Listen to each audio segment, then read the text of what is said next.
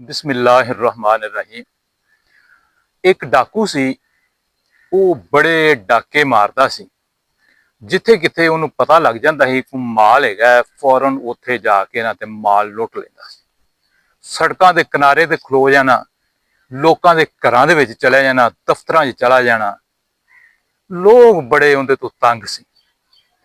कुछ नेक लोग सी ते उन्हां नूं पता लगा भी ये डाकू जिहड़ा ना बड़ा नुकसान करदा है ते माल लुटदा है।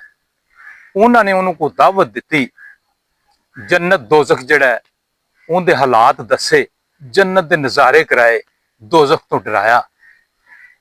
ते अल्लाह की करनी ऐसा होया भी वो डाकू राह रास्ते आ गया।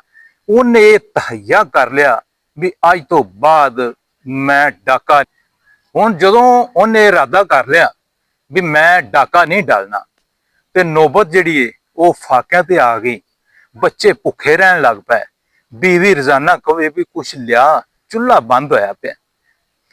एक दिन वो निकलिया बाहर, ते उन्हां दे करीब ही ना एक बड़ा वड्डा दरबार सी। वो उत्थे चला गया, जाके बैठा, ते बैठा बैठा उनके ज़हन दे विच आया भी यह जिहड़ा उत्ते एक बड़ा वड्डा फनूस लगा है, बड़ा कीमती, ते मैं ये ही ना ला लवां। तोबा तो उन्हें की सी भी मैं डाका नहीं डालना, लेकिन भुख दे हथों मजबूर ते गरीबी तो मजबूर होके उन्हें वो फनूस ला लिया, लै गया।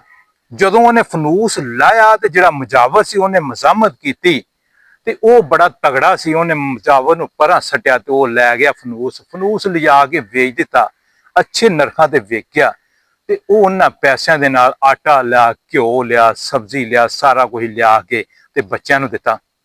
हुण मुजावर सी जिहड़ा उन्हें आपदी टीम नूं दस्सिया भी वो फलां फलां जिहड़ा डाकू सी वो फनूस ला के लै गया। उन्हां ना उनका परचा करा दिता, केस अदालत दे विच चला गया, ते अदालत ने उस बंदे नूं जिहड़ा है पकड़ के ते उत्थे हाजिर कराया। हुण जज साहब जिहड़े ने उहनूं पुछदे ने भी हाँ भी फनूस तूं लाया सी? उन्हें कहा जनाब मैं लाया सी। उन्हें जी की कीता सी? मैं जी वेच के ते उनका आटा ते घ्यो लिया सी। उन्हें है भी तू ये हरकत क्यों की? उन्हें मजबूरी की वजह नाल की। उन्होंने है भी जज ने जदों उनके अगे सवाल दागिया भी ये फनूस जिहड़ा तू क्यों लाया है? उन्हें आख्या जनाब जिहड़े बाबा जी इत्थे दफन ने वो बड़े लोगों दी हाजतां पूरियां करते हैं, ते मवी उनके अगे हाजत रखी, ते उन्हें मैनू कहा भी तू भुखा है, असलों तेरी जेब खाली है, ते एमरजेंसी तू ये फनूस ला लै ते लिजा के ते वेच के ते अपनी जरूरत पूरी कर। हुण ये गल सुन के जज साहब सिर पकड़ के ते बैठ जाते हैं भी मैं केस नूं कित्थों अगे चलावां। कुछ देर खामोश रहने तो बाद मदई पार्टी ने पूछा भी तुसीं ये लिख के दिओ भी ये बाबा है जिहड़ा जिहड़े इत्थे दफन ने ये हाजतां पूरियां नहीं कर सकते, ये किसी नाल गल नहीं करते, ते ना इन्हां नूं कोई पता है ना इन्हां नूं कोई सुनींदा है, ते केस नूं अगे चलाइए। ते जे तुसीं ये लिख के नहीं देना ते फिर जिहड़ा कुछ ये आंदा है वो मन लईए। दो ही गल्लां ने, या तुसीं लिख दो भी हाजतां पूरियां नहीं कर सकते, ते जे नहीं लिख के देना तो फिर इहदी गल मान लैंदे भी बाबा इहनूं मिलिया होया ते उन्हें क्या फनूस ला लिया ते इन्हें ला लिया।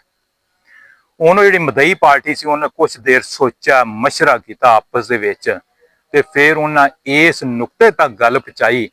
क्या अपना कारोबार बचाने वास्ते उन्होंने जज साहब नूं कहा भी असीं केस वापस लैने ते केस अगे ना चलाया जी। अगर तुहानूं मेरी ये गल अच्छी लगी है तो वीडियो नूं लाइक कर दो, चैनल सबसक्राइब कर दो, ते अच्छा जिहा कमेंट करके ते अगे भेज दो। अस्सलाम वालेकुम वरहमतुल्लाहि वबरकातुहू।